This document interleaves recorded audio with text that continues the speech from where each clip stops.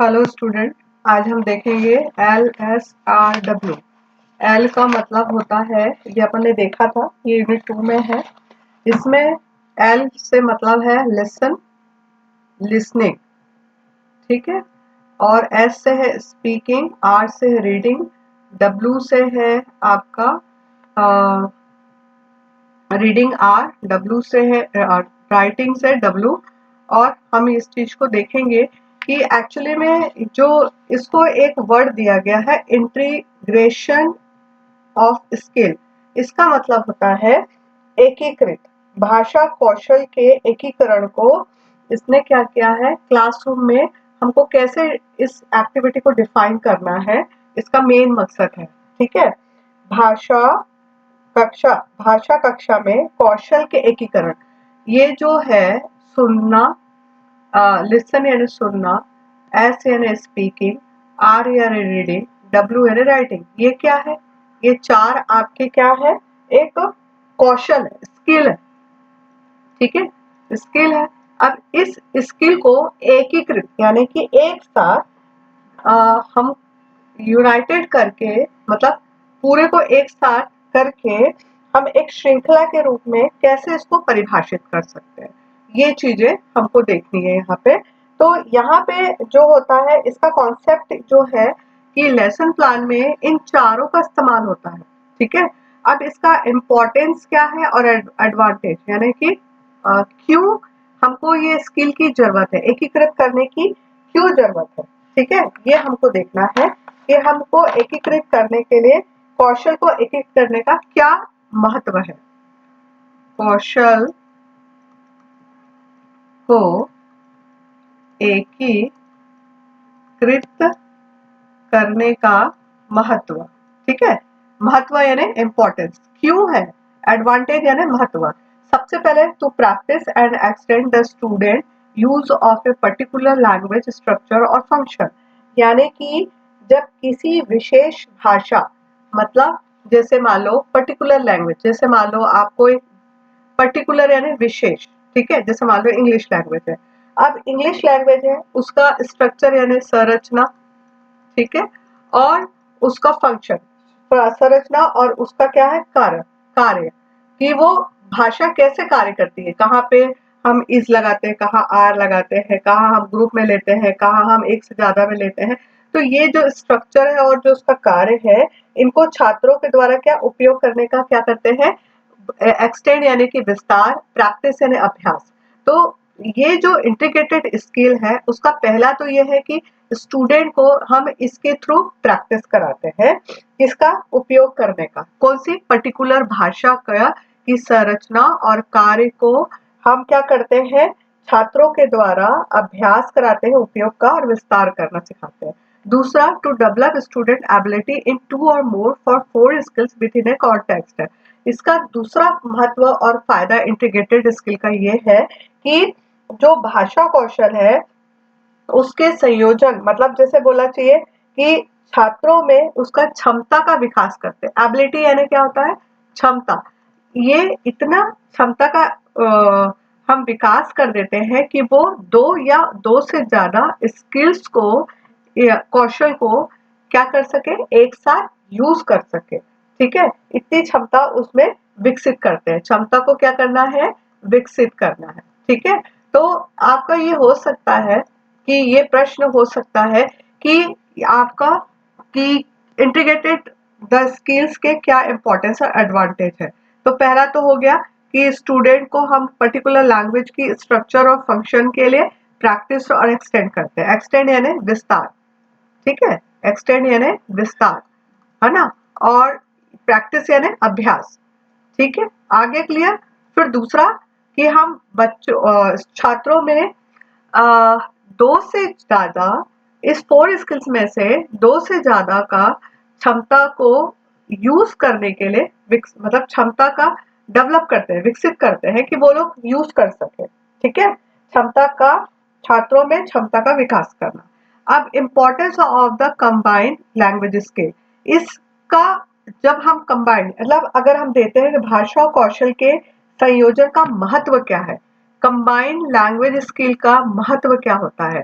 सबसे पहले तो क्या महत्व होता है कि कंटिन्यूटी होती है। कंटिन्यूटी यानी क्या हो जाती है, गति, है ना। कंटिन्यूटी यानी गति, मतलब आप जैसे कोई चीज सुनोगे, फिर बोलोगे, फिर लिखोगे, और फिर सॉरी, सुनोगे, बोलोगे, पढ़ोगे और फिर लिखोगे, तो ये गति में हो गया काम।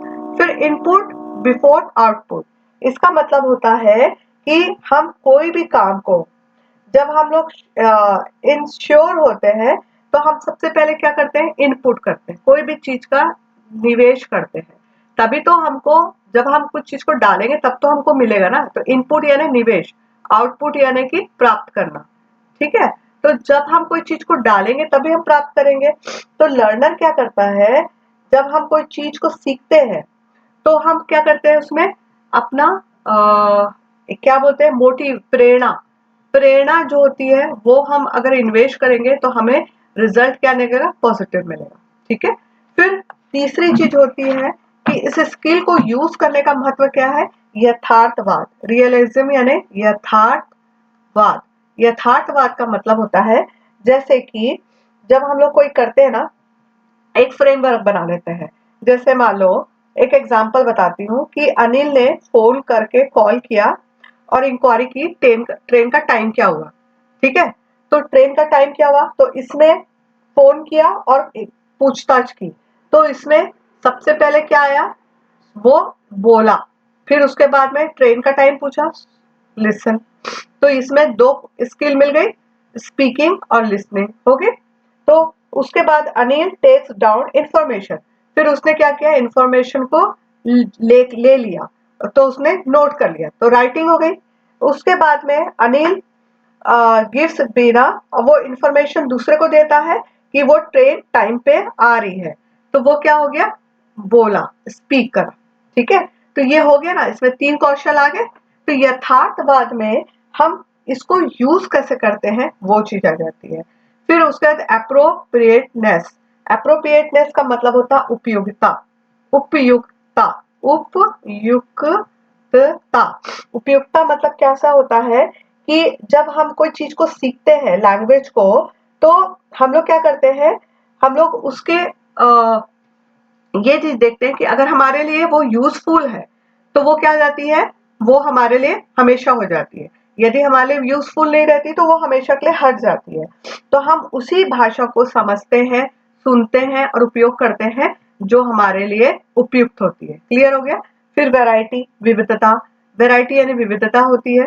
तो विविधता मतलब कैसे होता है कि अगर आपको एक्टिविटी में अगर अलग अलग चीज को मेंटेन करना है, ठीक है, मोटिवेशन को करना है, तो वैरायटी होना चाहिए। जैसे सिर्फ सुनते रहोगे तो बोर हो जाओगे, लेकिन कभी सुनोगे, कभी बोलोगे, कभी लिखोगे, कभी उस चीज को नोट डाउन करोगे, तो वो क्या हो जाएगा, वैरायटी हो जाएगी और आप वो चीज को जल्दी से सीख पाओगे। रिसाइकलिंग, रिसाइकलिंग का मतलब होता है पुनः चक्रण। रिसाइकलिंग का मैं यहाँ लिख देती हूँ, पुनः चक्रण। पुनः चक्रण यानी कैसे होता है कि ये जब कोई चीज होती है, जैसे मान लो कोई करेक्शन करना है, तो मैं सुनूंगी, सुनने के बाद में सुनने के बाद मैं उसको बोलूंगी, मुझे कुछ गलत लगा तो मैं उसको लिखूंगी और लिखने के बाद में वापस से फिर बोलूंगी। तो क्या हो गया, ये उपचारात्मक शिक्षण के लिए बहुत यूजफुल होता है रिसाइकलिंग। तो इसमें क्या हो जाता है, जब हम लोग कोई चीज को सीखते हैं, तो कोई भी भाषा अगर हम सीख रहे हैं तो उसको रिवाइज करते हैं। रिवाइज करना यानी कि दोहराना, दोहराने के बाद वापस से हम देखते हैं कि हम कहाँ गलत है, अगर वो गलत है तो उसको सुधारते हैं और वापस से फिर जाते हैं, तो वो हो गया रिसाइकलिंग। फिर क्या आ जाता है आपको, कॉन्फिडेंस, कॉन्फिडेंस यानी आत्मविश्वास, ठीक है। तो जब आपको पता हो गया कि मेरे को ये लैंग्वेज में कहाँ पे इज लगाना, कहाँ आर लगाना है, कहाँ प्रेजेंट टेंस है, कहाँ पास्ट टेंस है, तो मैं कॉन्फिडेंस के साथ बोल सकती हूँ ना, फिर मैं गलती क्यों करूंगी। तो ये फायदा होता है जब लैंग्वेज स्किल को हम कंबाइन करते हैं, मतलब LSRW को जो हम कंबाइन करके यूज करते हैं, तब कंटिन्यूटी रहती है, इनपुट बिफोर आउटपुट होता है, रियलाइज्म होता है, एप्रोप्रिएटनेस होता है, वैरायटी होती है, रिसाइकलिंग होती है और कॉन्फिडेंस आता है। क्लियर हो गया। अब आपके लिए एक छोटा सा काम है, right the classroom activity given the bracket is show the skills they cover.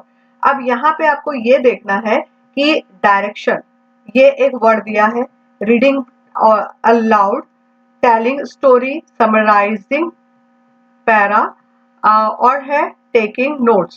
इसमें कौन से, ये क्लासरूम एक्टिविटी है ना, तो इसमें कौन सी स्किल यूज हो रही है, ठीक है, ये आप लोग मेरे को बना के बताओगे, ठीक है, ठीक है, ये आप लोग का होमवर्क है ना। उसके बाद नेक्स्ट देखेंगे, एक ये है जो मुझे लगा कि यूजफुल हो सकता है आप लोग के लिए, preparing lesson plan for integrated practice of skills. यहाँ पे ये हो सकता है ये आ जाए, इसमें लिसन, स्पीकिंग, रीड, राइटिंग, और यहाँ पे ये प्रैक्टिस स्किल्स है। अब जैसे ये है एग्जांपल के लिए, वॉच अ टीवी शो, तो इसमें आपको ये बताना है कि वॉच द टीवी शो, इसमें कौन सी स्किल यूज हो रही है, ठीक है। जैसे सैंपल के लिए मैं बताती हूँ, वॉच अ टीवी शो, यहाँ आप क्या कर रहे हो, सुन रहे हो, सिर्फ लिसन। रीड अ न्यूज़पेपर, यहाँ कौन सी आपकी स्किल यूज हो रही है, रीड, मतलब सिर्फ पढ़ रहे हो। Talk to your friend on your mobile, तो क्या कर रहे हो, जब आप सुनोगे और बोलोगे तो लिसन और ऑब्लिक स्पीकिंग, ठीक है। Send send a WhatsApp message, अब बताओ इसमें कौन सी स्किल यूज हो रही है, इसमें कौन सी हो रही है, इसमें आप सुन भी रहे हो और क्या कर रहे हो, राइट कर रहे हो, डब्ल्यू कर रहे हो कि नहीं कर रहे हो। जैसे अपन व्हाट्सएप में मैसेज भेजते हैं तो पहले अपन देखते हैं ना, सुनते हैं ना, उसके बाद अपन व्हाट्सएप में मैसेज करते तो राइट डाउन करते, फिर take note while your teacher is giving lecture, जब आपकी जो टीचर है वो आपको एक लेक्चर दे रही है, तब आप क्या कर रहे हो, लिसन यानी सुन रहे हो, और डब्ल्यू यानी कि नोट कर रहे हो। समझ में आ गया। तो हो सकता है कि एग्जाम में आपको ऐसा आए कि लेसन प्लान है आपका, प्रिपेयरिंग लेसन प्लान, जिसमें इंटीग्रेटेड, इंटीग्रेटेड यानी एकीकृत, ठीक है, एकीकृत प्रैक्टिस है ऑफ स्किल, कौशल का आपको एक साथ उपयोग कैसे कर सकते हो, तो उसमें आप ऐसे बना सकते हो। क्लियर है।